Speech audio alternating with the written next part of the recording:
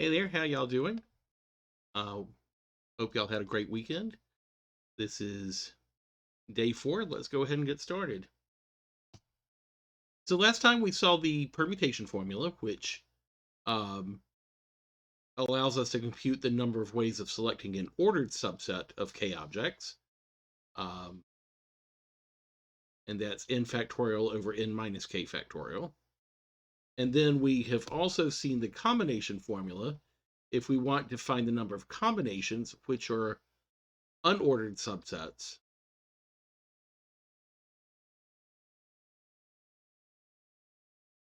It's still n minus n factorial over n minus k factorial, and then we have this extra k factorial term in the denominator.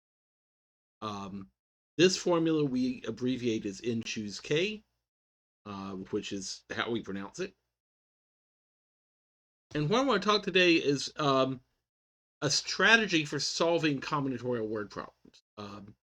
It often helps to first, before you start writing down numbers, to start thinking about what algorithm would outcome. And then once you have the algorithm in mind, then assign numbers to each step of the algorithm. When we're finding algorithms, we can use the disjoint set strategy, which uses the additive law, the addition law, or the successive choice strategy, which is the multiplication law.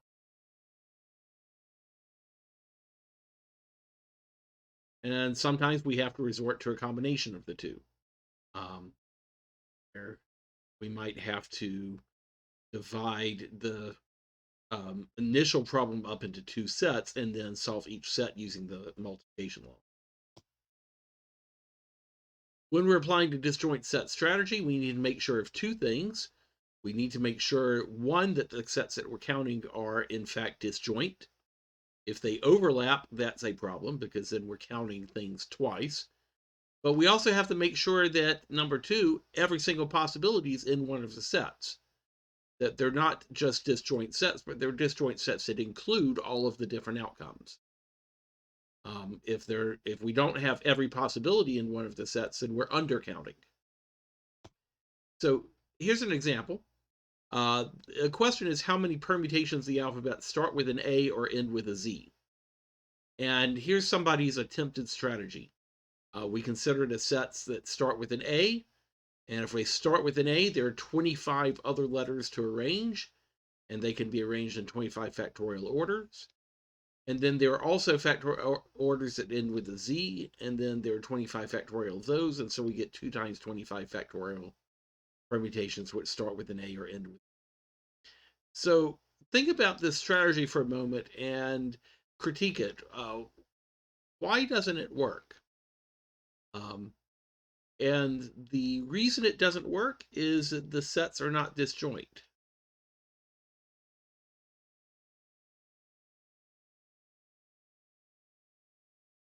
Because there are permutations that start with an A and end with a Z.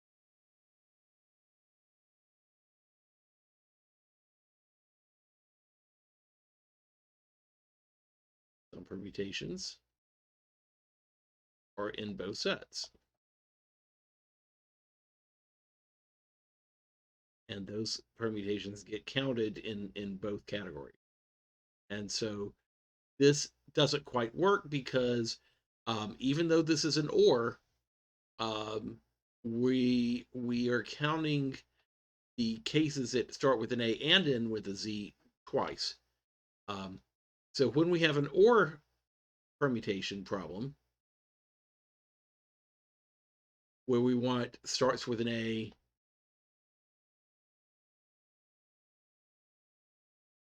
or ends with a Z, we really want to consider 3 sets. The ones that start with an A and do not end with a Z, then the ones that end with a Z and do not start with an A, and then the ones in the middle that start with an A and end with a Z. And then we get 3 disjoint sets that start with an A or end with a Z.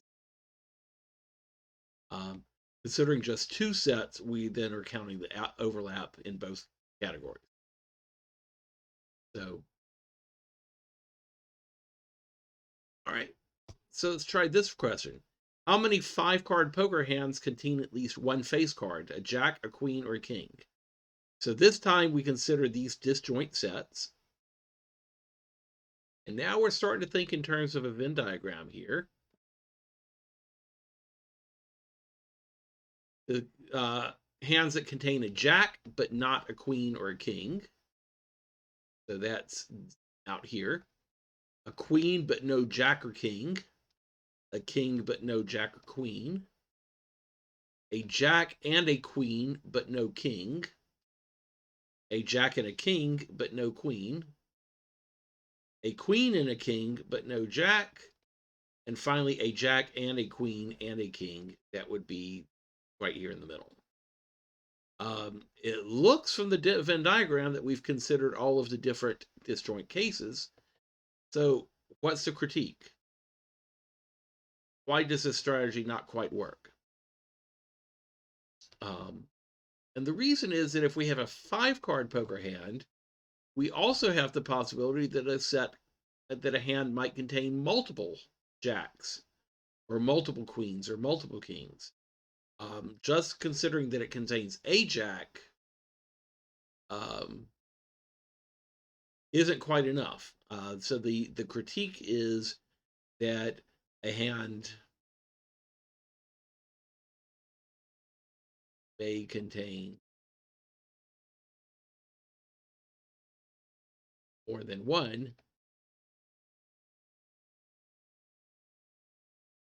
of the same face card.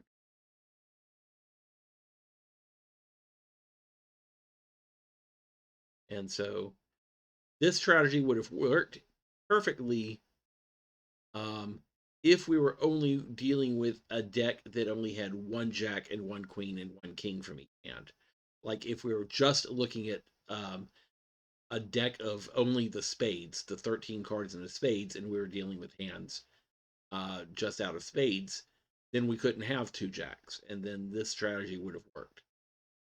But because we could possibly deal, say, 3 jacks and still have no queen and no king, this is not going to be enough to count for that case, right? So we have to be careful to make sure that we're actually dividing up the possibilities into disjoint sets. If you have to create this many different disjoint sets to get through the problem, there might be a better strategy anyway. Okay? All right. When we're applying the successive choices strategy, again, there are two things we have to check. We have to check for the independence condition. The value for each choice is independent of the choices that occurred previously. But the other thing is that we need to make sure that the successive choices don't give us two different paths to the same outcome. Okay. So let's look at this example. How many permutations of the alphabet start with an A or end with a Z? This time we're going to look at two successive choices. We'll either place an A at the beginning of the permutation or we'll place a Z at the end of the permutation.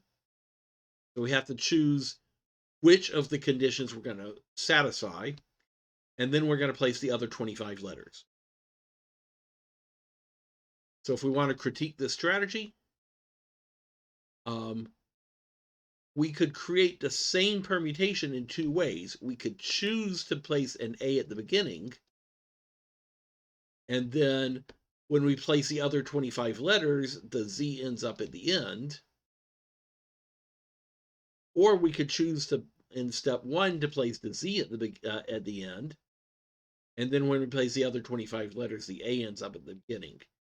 That two different choices for number 1 ended up yielding the same answer. And so the same outcome came as a result of two different choices from step 1. And therefore, these choices allow for the same possibility to be counted in multiple ways. And so this is going to overcount. Okay? So what I want to do here is just go through a bunch of practice problems. And what I want to do is emphasize the strategy for solving these problems as a as an important step towards getting to the answer. So before we start writing numbers, we want to talk about what the strategy is. Okay? So for each of these problems, you should first try to describe how to specify an outcome, and then you should try to come up with a numerical solution. All right. So in this problem, how many permutations are there of the letters in the word adios in which the letters D and S are adjacent? Okay. So if we always want the D and the S to be side by side, we can think of this as having an A tile and an I tile and an O tile, and then either a DS tile or an SD tile, where the D and the S are adjacent, but we'll go ahead and just think of them as being stuck on the same tile. And then we have 4 tiles that we would arrange to form a 5-letter word. And so we could think of this as a successive choices problem. Choose either the DS or SD tile.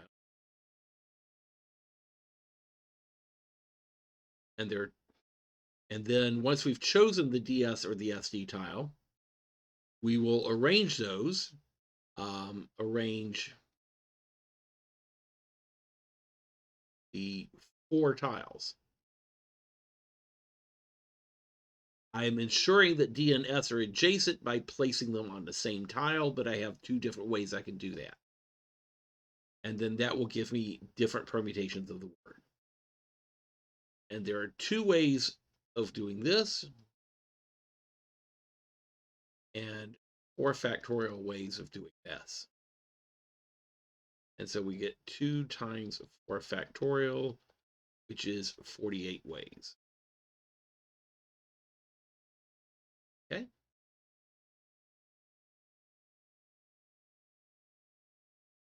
All right. This is not the only way we could have done this. Here's a different strategy.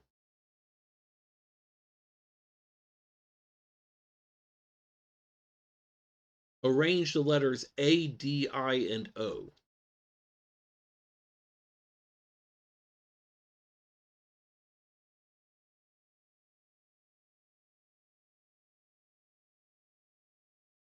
That is, I'm going to go ahead and put those 4 letters down in some order. And then when we place the S has to be adjacent to the D, which means it will either go here or here. Then choose to place the S either to the left or to the right of the D.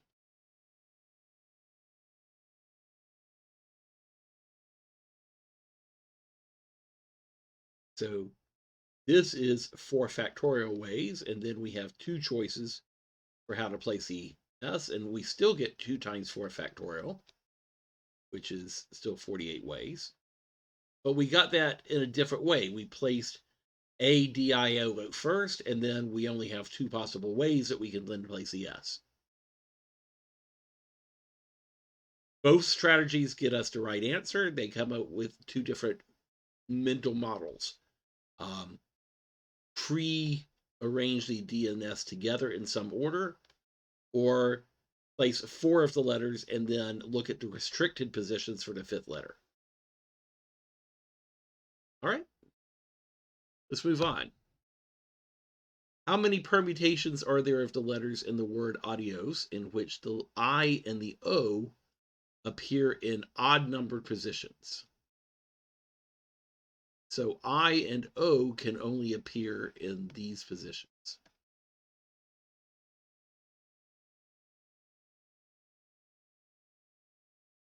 So since those are restricted, I don't want to fill these spots with the A, the D, and the S. So let's place the I first.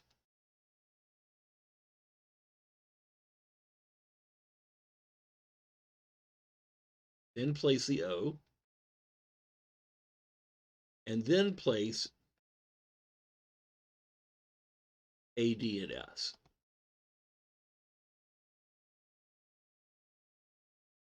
There are three possible spots where I can place the I, because it has to appear in an odd number.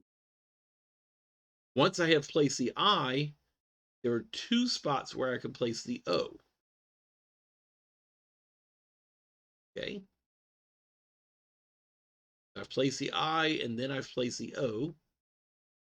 And then when I place the A, D, and the S, there are 3 times 2 times 1 spots, or 3 factorial ways of placing the remaining letter. Okay. The A can go in any of their 3 remaining spots, the D can go in any of the 2 remaining spots, and the S goes wherever it's left over. And so we get 3 times 2 times 3 factorial, which is 36 permutations.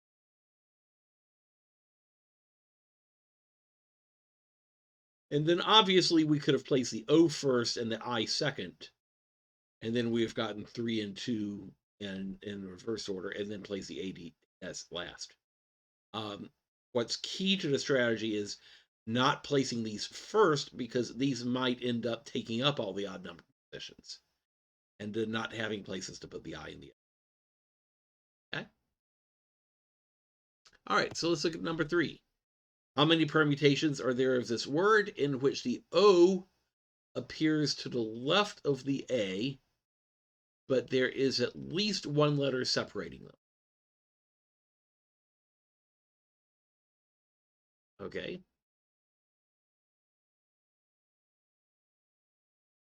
So now we have to think about what happens here.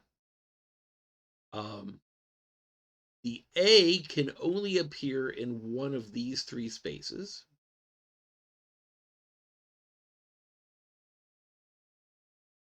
The A can't be in the first space because the O couldn't be to the left of it. The A can't be in the second position because the O could be to the left of the A, but not with a letter separating them. Okay. So the A can go here or here or here, but the number of places where the O can go by is not independent. If the A goes in position 3, the O has to go in position 1. If the A goes in position 4, the O can go in position 1 or 2. And if the A goes in position 5, the O can go in positions 1, 2, or 3. And so we're going to think about this as cases, as disjoint sets.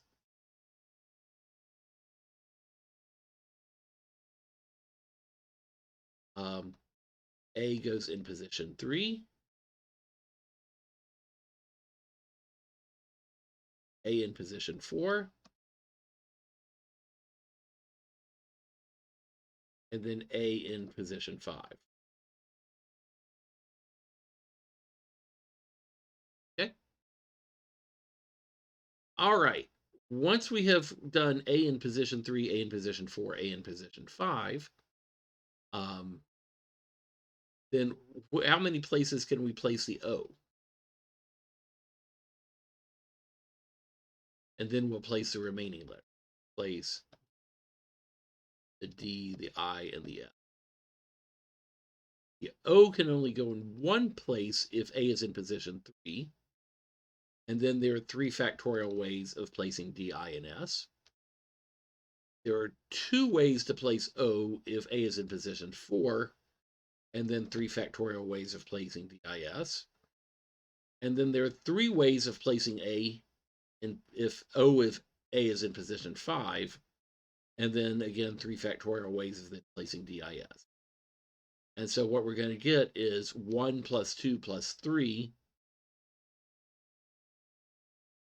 times 3 factorial, or 36 ways again.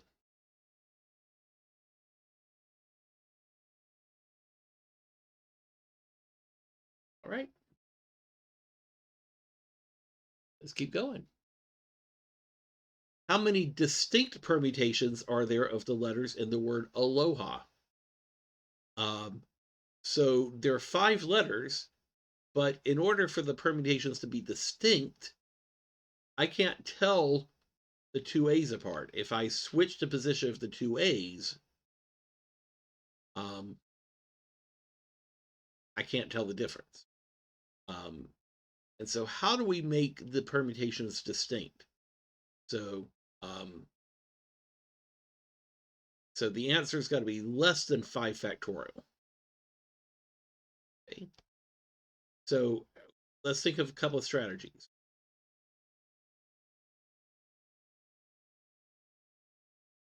We can, first of all, just go ahead and place the A's.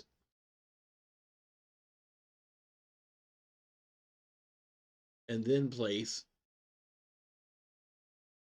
the L and the O and the H. Okay. The ways to place the A's, there are 5 positions, and the order that we place the A's doesn't matter, and so this is unordered because switching the order of the A's doesn't change the permutation.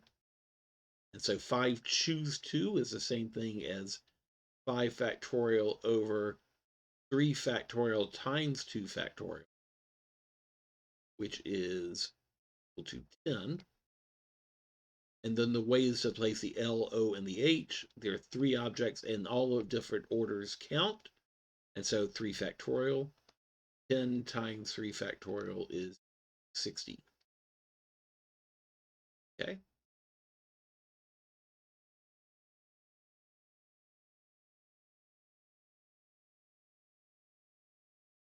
All right.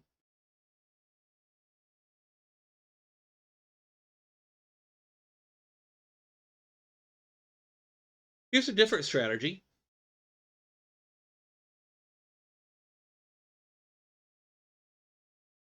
Place all 5 letters.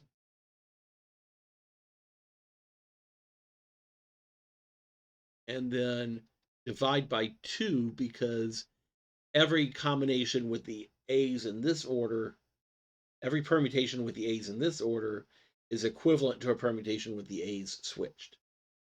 So then divide by 2, which represents, mess that up, represents switching A's. So this would be 5 factorial divided by 2, which is 120 divided by 2, and that also equals 60. It's a different strategy, but it comes up with the same result. And that's important here. A correct strategy, correct strategies will always yield the same answer. Okay. All right. Well, we've looked at this problem before. 10 athletes are competing in a figure skating competition. The judges will award a first place, a second place, and 3 identical honorable mention medals. Now, how many distinct ways are there for honoring them? So this isn't a bronze, a gold, a silver, and a bronze. It's a gold and silver, and then 3 bronzes, basically. So our strategy might be choose the first place winner,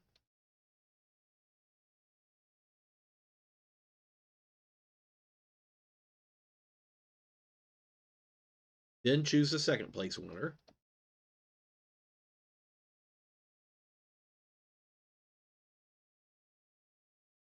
and then finally to choose all 3 third place winners.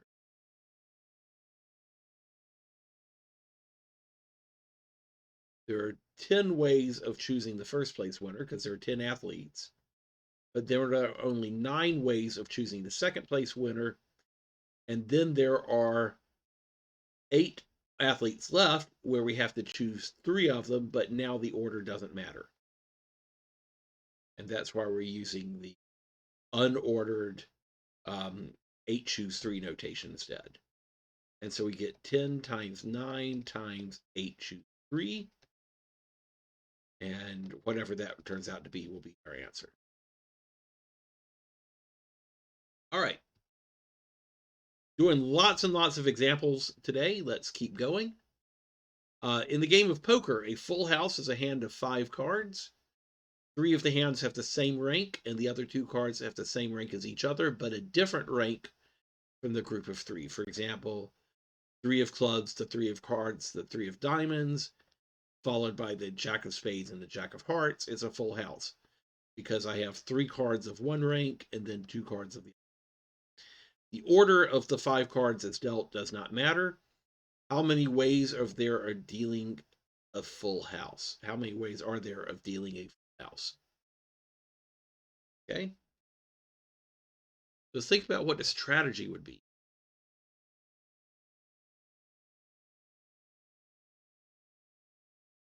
Choose the rank that we take 3 cards of.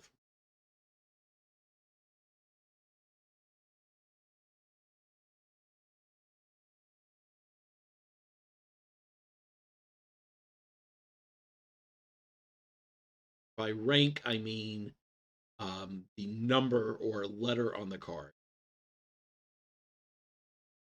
Then choose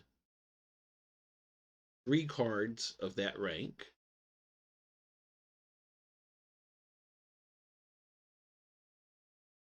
Then choose a different rank.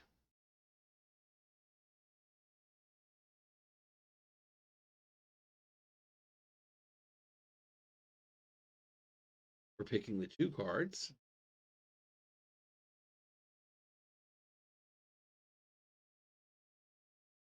And then choose 2 cards of that rank.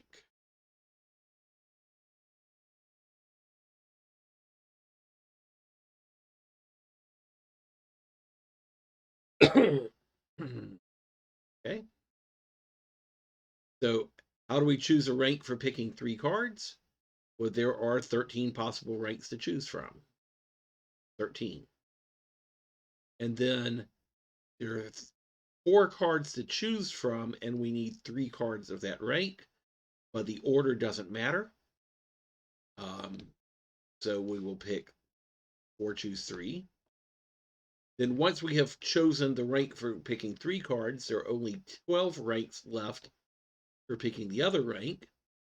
And then there are 4 cards of that rank, and we need to pick 2 of them. And so we would get 13 times 4 choose 3 times 12 times 4 choose 2. All right.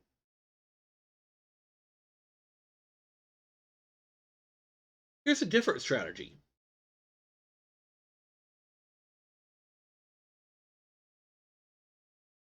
Pick a card from the deck.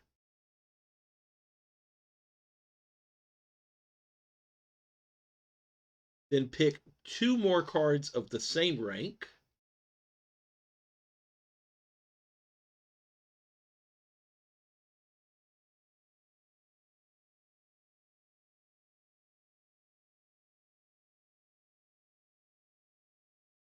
Okay.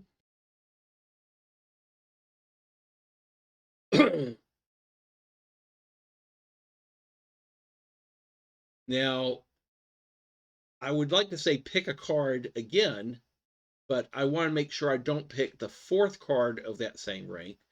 So we're going to discard the 4th card of the same rank. Then pick another card. And then pick another card of the same rank.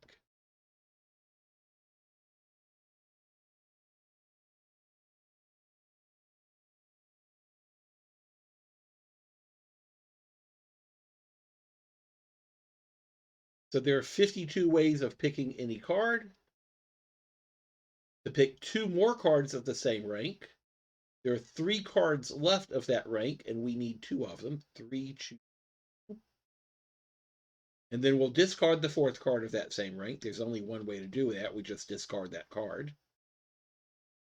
And now there are 48 cards left in the deck, so we'll take 48 more cards. And then pick another card of the same rank. Well, that would be 3, choose 1. Does that give me the same answer? 52 times 3, choose 2 times 48 times 3, choose 1.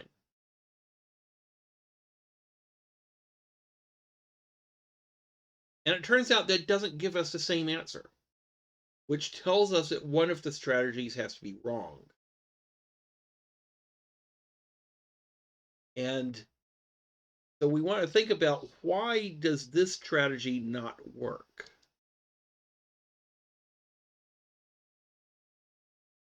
And it's because we could have the same outcome in 2 different ways. Let's say I pick a card here, and it's the, let's say, the 5 of diamonds. And then I pick 2 more cards that are of the same rank. So I pick the 5 of hearts and the 5 of clubs. And then I go through the rest of the algorithm. I could come up with the same outcome by, in the first choice, picking the 5 of clubs, and then the second choice, picking the 5 of hearts and the 5 of diamonds. That these list of choices allows me to create the same hand using 2 different sets of choices. And so that's why this doesn't work. I can't do that here. If I choose a rank like 7s, and then I choose 3 7s here, 7 of hearts, 7 of spades, 7 of diamonds, I can't get those 3 cards any other way. I can't pick a 7 down here, for example, because down here I'm only choosing 2 cards of that rank. And these are the only 2 times when I'm choosing a rank. And so this strategy prevents me from creating the same hand in 2 different ways, but this strategy doesn't. And so this answer is correct, and this answer doesn't work. But it seems tempting. That's the problem. And I want to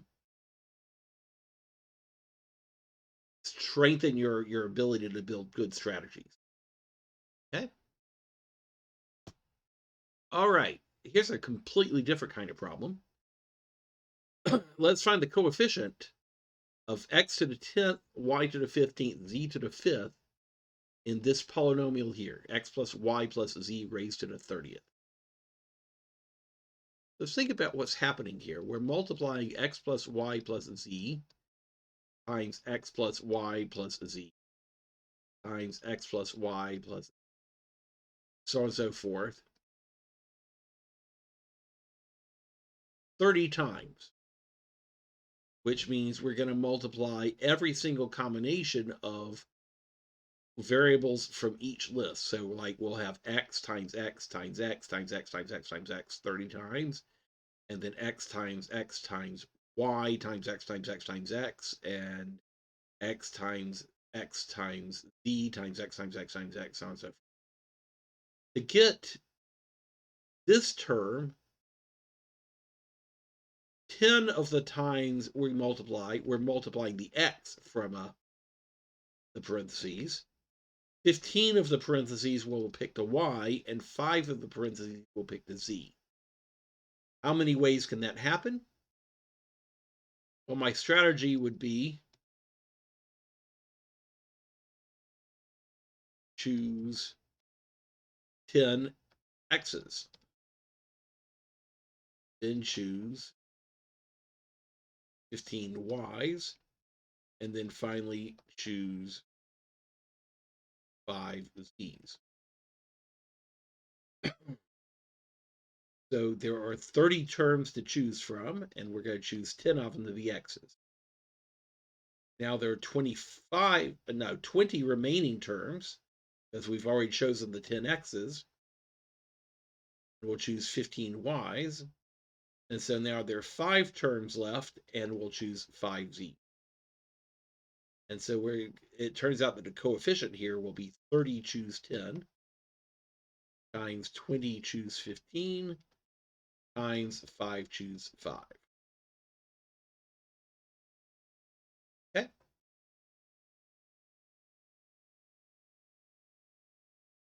The next problem seems really similar, but there's one little glitch that we have to pay attention to. Find the coefficient of x to the 5th, y to the 5th, z to the 20th, in x plus 2y plus z to the 30th.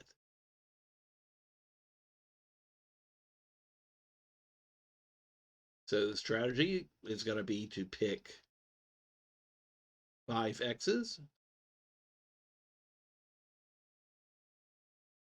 pick 5 y's, and then pick 20 z's. So this will be 30 choose 5. Once those 5 are chosen, there are 25 left to choose the next 5. And then there are 20 left to choose the remaining 20, so all the leftover terms will be.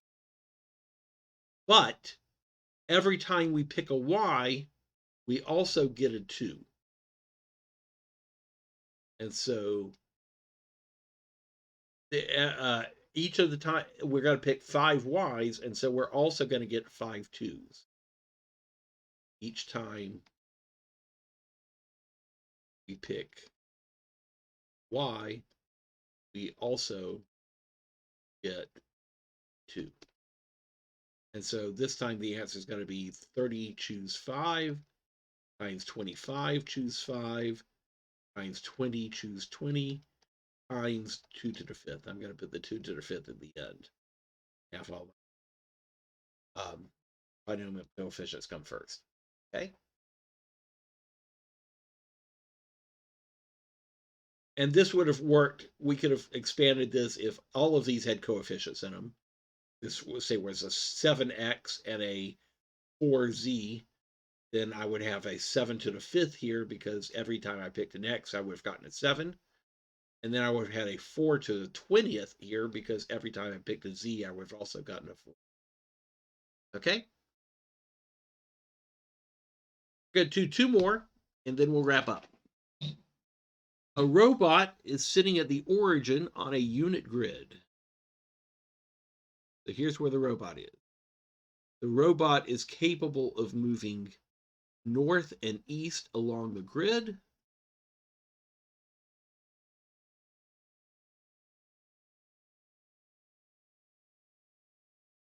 How many ways does the robot have of reaching the point 3, 5? So the robot is capable of moving north and east, but can't turn around and go back west. Okay? Which means the robot has to move a total of 3 east moves and then 5 north moves. And so a complete trip for the robot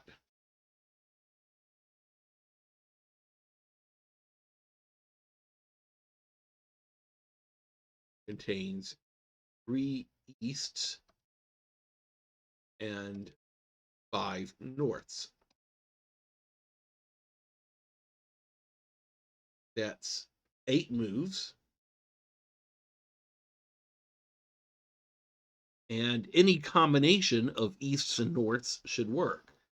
So like east, north, north, north. East, north, east, north. Would that work? So that's east, north, north, north, east, north, east, north. That gets us to 3, 5.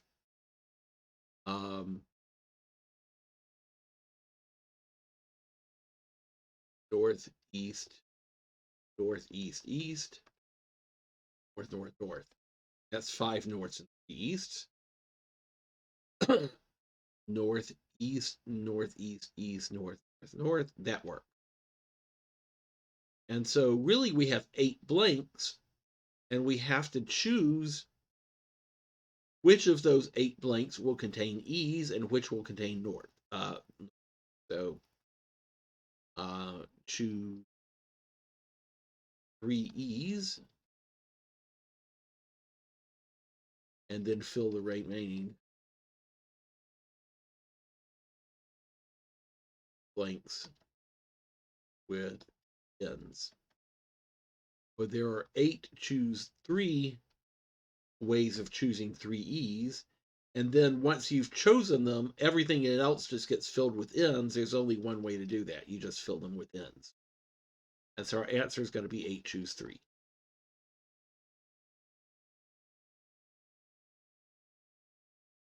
Okay.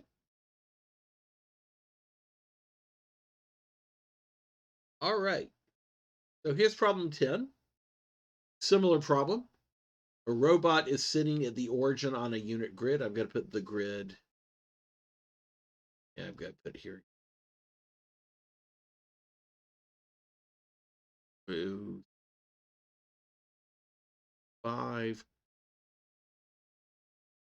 2. The robot starts at the origin.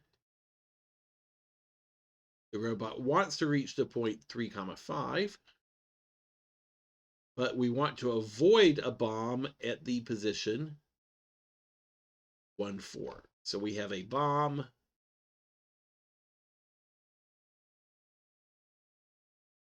at the position 1, 4, and the robot wants to avoid that.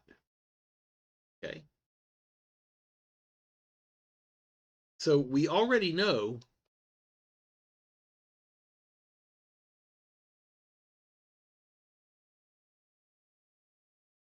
that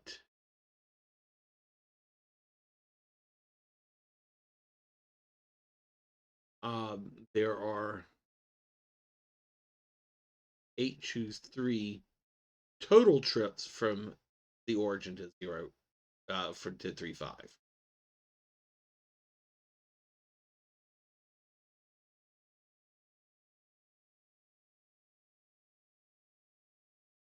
How many of them would hit the bomb?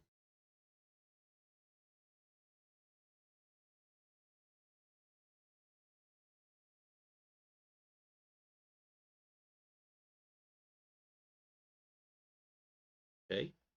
So remember, we were thinking about trips as being an 8-letter code that had 3 easts, and the rest of these were north. So this represents east, north, east, north, north, east, north, north, and that misses the bomb. In order to hit the bomb, right at this point, after 5 moves, because it will take 5 moves to hit 1, 4, we'll have to be at the position 1, 4, which means 1 east and 4 norths will have to be used before this point, and the other 2 easts will have to be over here. So this does not hit the bomb. But let's look at this one. North, north, east, north, north. Here's my magic line here. East, east. This has 5 norths and 3 easts. But if we follow along, it's north, north, east, north, north. We hit the bomb. East, east, north. This would be a bad trip. Okay. And so let's think about what our strategy would be.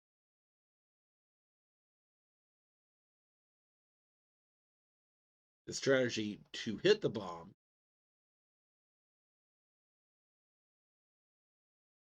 which is not what we want to do, is to place 1 east to the left of the line and then 2 easts to the right of the line. Place 1 east in positions 1 through 5. place 2 easts in positions 6 through 8, and then fill the remaining spaces with north.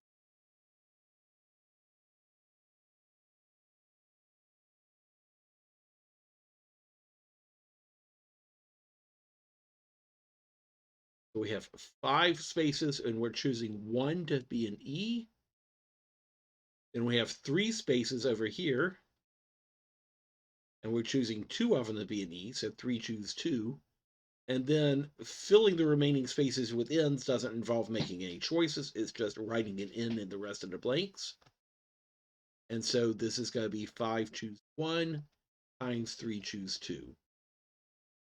And these are the cases where we do hit the bomb. So if we subtract those from 8 choose 3, we should get the answer we want. Avoiding the bomb